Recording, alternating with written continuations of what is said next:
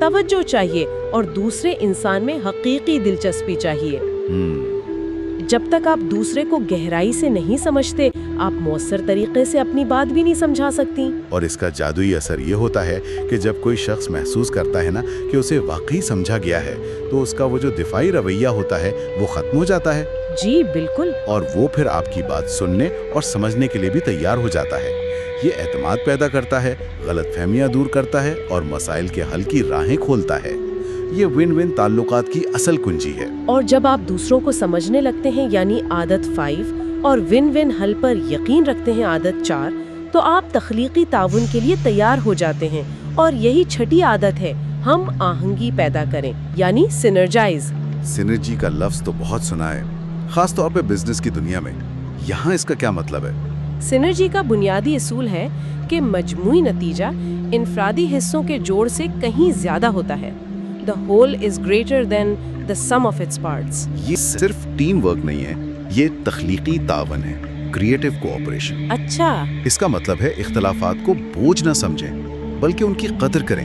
جب مختلف پس منظر، تجربات اور صلاحیتوں کے لوگ مل کر کام کرتے ہیں اور ایک دوسرے کے نظریات کا احترام کرتے ہیں، تو وہ ایسے نئے اور بہتر حل تلاش کر سکتے ہیں جو ان میں سے کوئی بھی اکیلے شاید سوچ بھی نہیں سکتا تھا۔ وہ جو لکڑیوں کے گٹھے والی مثال ہے، وہ یہاں بالکل فٹ بیٹھتی ہے۔ جی ہاں، اکیلی لکڑی کمزور ہے، آسانی سے ٹوٹ جاتی ہے، لیکن جب مل جائیں تو بہت مضبوط ہو جاتی ہیں۔ تو سینرجی اختلافات کو ختم کرنے کا نام نہیں، بلکہ ان اختلافات کو استعمال کر کے کچھ نیا بنانے کا نام ہے۔ بالکل، اس کے لیے ذہنی پختگی چاہیے، کھلا پن چاہیے، دوسروں پر اعتماد چاہیے۔ یہ عادت مانتی ہے کہ کوئی بھی شخص سب کچھ نہیں جانتا، اور بہترین نتائج تبھی آتے ہیں جب مختلف صلاحیتیں اور نظریات آپس میں مل جائیں۔ یہ جدت طرازی یعنی انوویشن اور مسائل کے مؤثر حل کی بنیاد ہے۔ تو یہ پہلی 6 عادات مل کر ہمیں ذاتی اور عوامی زندگی میں مؤثر بناتی ہیں، لیکن ان سب کو جاری رکھنے کے لیے، ان کو برقرار رکھنے کے لیے توانائی کہاں سے آئے گی؟ یہیں پر 7ویں عادت کا کردار آتا ہے، آری کو تیز کریں، یعنی شارپن دی سا۔ یہ عادت ہے خود کی تجدید کی، سیلف رینیول کی۔ کووی کہتے ہیں کہ مؤثر رہنے کے لیے ہمیں اپنی ذات کے 4 بنیادی پہلوؤں کا مسلسل خیال رکھنا ہوگا اور انہیں بہتر بنانا ہوگا۔ 4 پہلو کون سے؟ پہلا، جسمانی یعنی فزیکل، ورزش، اچھی غذا، آرام۔ دوسرا، ذہنی یعنی مینٹل، پڑھنا، سیکھنا، لکھنا، منصوبہ بندی کرنا۔ تیسرا، سماجی جذباتی یعنی سوشل ایموشنل، تعلقات بنانا، ہمدردی، خدمت کرنا۔ اور چوتھا، روحانی یعنی اسپریچول، اپنی اقدار کو واضح کرنا، فطرت سے جوڑنا، مراقبہ یا عبادت، جو بھی آپ کے لیے معنی رکھتا ہو۔ وہ لکڑہارے کی مثال جو کووی دیتے ہیں وہ بہت پاورفل ہے کہ وہ درخت کاٹتا جا رہا ہے لیکن آری تیز کرنے کے لیے وقت نہیں نکال رہا۔ پوچھو تو کہتا ہے میں بہت مصروف ہوں۔ جی، نتیجہ کیا ہوتا ہے؟ اس کی کارکردگی گرتی جاتی ہے۔ اسی طرح اگر ہم اپنی ان 4 جہتوں کو ریچارج نہیں کرتے تو ہم برن آؤٹ کا شکار ہو جاتے ہیں اور ہماری تاثیر کم ہو جاتی ہے۔ یہ عادت باقی تمام 6 عادات کو ممکن بناتی ہے۔ یہ کوئی عیاشی نہیں ہے، یہ ایک ضرورت ہے۔ متوازن تجدید ہمیں وہ توانائی، وہ توجہ اور وہ استقامت دیتی ہے جس سے ہم زندگی کے چیلنجز کا سامنا کر سکیں اور مؤثر رہیں۔ یہ دراصل پہلی عادت یعنی فعال بنے کا ہی تسلسل ہے کہ اپنی سب سے قیمتی اثاثہ یعنی اپنی ذات کا خیال رکھنے کی ذمہ داری قبول کریں۔ یہ 7 عادات تو کووے کے اصل فریم ورک کا حصہ تھیں، لیکن وقت گزرا ہے، دنیا بدلی ہے، آج کی دنیا زیادہ پیچیدہ ہے، تو کچھ ذرائع میں کچھ اضافی عادات کا بھی ذکر ملتا ہے جو اسی بنیاد پر بنی ہے۔ جی ہاں، اور ان میں سب سے اہم تو شاید 8ویں عادت ہے جسے خود کووی نے بعد میں تفصیل سے بیان کیا تھا۔ اپنی آواز تلاش کریں اور دوسروں کو ان کی آواز تلاش کرنے کی ترغیب دیں۔ Find your voice and inspire others to find theirs۔ اچھا، اس کا تعلق صرف مؤثر ہونے سے نہیں بلکہ عظمت یعنی گریٹنس حاصل کرنے سے ہے۔ اپنی آواز تلاش کرنے سے کیا مراد ہے یہاں؟ اس کا مطلب ہے اپنے اندر کا وہ منفرد ٹیلنٹ، وہ جذبہ یعنی پیشن وہ ضرورت یعنی دنیا کو آپ سے کیا چاہیے، اور ضمیر یعنی کانشنس، صحیح اور غلط کا احساس، ان سب کو دریافت کرنا، یہ آپ کا منفرد مقصد حیات ہے۔ اور پھر صرف اپنی آواز تلاش کرنا کافی نہیں، بلکہ دوسروں کی مدد کرنا کہ وہ بھی اپنی آواز تلاش کر سکیں۔ یہ قیادت، لیڈرشپ اور ایک میراث، ایک لیگیسی چھوڑنے کے بارے میں ہے۔ یہ دوسری عادت انجام کو ذہن میں رکھنا کی ایک زیادہ گہری اور وسیع شکل ہے۔ یہ تو بہت متاثر کن بات ہے۔ اس کے علاوہ 2 اور جدید عادات کا بھی ذکر سنا ہے، 9ویں اور 10ویں۔ بالکل، 9ویں عادت کے طور پر شکر گزاری کی مشق کریں، یعنی پریکٹس گریٹیٹیوڈ کی اہمیت پر بہت زور دیا جاتا ہے۔ یہ صرف ایک اچھا جذبہ نہیں ہے، یہ ایک بہت طاقتور ذہنی رویہ ہے۔ کیسے؟ شکر گزاری ہمیں ان چیزوں پر توجہ دینے میں مدد دیتی ہے جو ہمارے پاس ہیں، بجائے ان کے جو نہیں ہیں۔ یہ تناؤ کم کرتی ہے، خوشی بڑھاتی ہے اور تعلقات کو مضبوط کرتی ہے۔ یہ چوتھی عادت ون ون کی وہ جو کثرت کی ذہنیت تھی نا، اس کو بھی طاقت دیتی ہے۔ صحیح۔ اور 10ویں عادت؟ 10ویں عادت ہے زندگی بھر سیکھنے کو اپنائیں، امبریس لائف لانگ لرننگ۔ آج کی اتنی تیزی سے بدلتی دنیا میں، جہاں علم اور ٹیکنالوجی ہر لمحہ بدل رہے ہیں، صرف ایک ڈگری یا کچھ مہارتیں کافی نہیں ہے۔ بالکل نہیں۔ مسلسل سیکھتے رہنا، نئی چیزوں کو اپنانا، اپنی صلاحیتوں کو اپ ڈیٹ کرتے رہنا، یہ نہ صرف پروفیشنل بقا کے لیے ضروری ہے، بلکہ یہ ذہنی طور پر متحرک رہنے یعنی 7ویں عادت کا ذہنی پہلو اور زندگی سے لطف اندوز ہونے کے لیے بھی بہت اہم ہے۔ جو سیکھنا چھوڑ دیتا ہے وہ سمجھے بڑھنا چھوڑ دیتا ہے۔ تو اگر ہم ان تمام عادات کو دیکھیں، چاہے وہ اصل 7 ہوں یا یہ 10، تو یہ بات بالکل واضح ہو جاتی ہے کہ یہ کوئی فوری حل نہیں ہے، نہ ہی یہ کوئی ٹیکنیکس کا مجموعہ ہے۔ یہ تو کردار سازی، اصولوں پر مبنی زندگی گزارنے اور مسلسل بہتری کا ایک پورا مربوط نظام ہے۔ بالکل، اور ان کی اصل طاقت ان کے آپس کے تعلق اور مستقل عمل میں ہے۔ ایک عادت دوسری کو مضبوط کرتی ہے۔ آپ فعال بن کر انجام طے کرتے ہیں، انجام طے کر کے ترجیحات بناتے ہیں، اور ان پر عمل کرنے کے لیے آپ کو دوسروں کے ساتھ ون ون تعلقات، ہمدردیانہ سماعت اور سینرجی کی ضرورت پڑتی ہے۔ اور یہ سب کرنے کے لیے جی، اور یہ سب کچھ کرنے کے لیے آپ کو اپنی آری تیز رکھنی پڑتی ہے، اپنی آواز تلاش کرنی پڑتی ہے، شکر گزار رہنا پڑتا ہے اور مسلسل سیکھتے رہنا پڑتا ہے۔ یہ ایک مکمل دائرہ ہے۔ تو کیلی پیغام آپ کہہ سکتے ہیں یہ ہے کہ حقیقی اثر انگیزی اور کامیابی کوئی منزل نہیں بلکہ ایک سفر ہے۔ یہ زیادہ کام کرنے کے بارے میں نہیں، بلکہ صحیح کام کرنے، اصولوں کے مطابق جینے اور مسلسل اپنی ذات پر کام کرتے رہنے کے بارے میں ہے۔ اس گفتگو کی اختتام پر ایک سوال شاید غور کرنے کے لیے چھوڑنا چاہیے۔ ان تمام عادات میں سے کون سی ایسی عادت ہے جو کسی کو بھی اس وقت اپنی زندگی کے لیے سب سے زیادہ متعلقہ محسوس ہوتی ہے، اور کون سی ایسی ہے جسے اپنانا سب سے بڑا چیلنج لگتا ہے؟ شاید اصل نقطہ یہ نہیں کہ ہم ان اصولوں کو کتنا جانتے ہیں، بلکہ یہ ہے کہ ہم ان پر عمل کتنا کرتے ہیں، خاص طور پر جب عمل کرنا مشکل ہو۔ کیا مستقل مزاجی ہی وہ کڑی ہے جو علم کو عمل میں اور پھر عمل کو کامیابی میں بدلتی ہے؟ یہ سوچنے کی بات ہے۔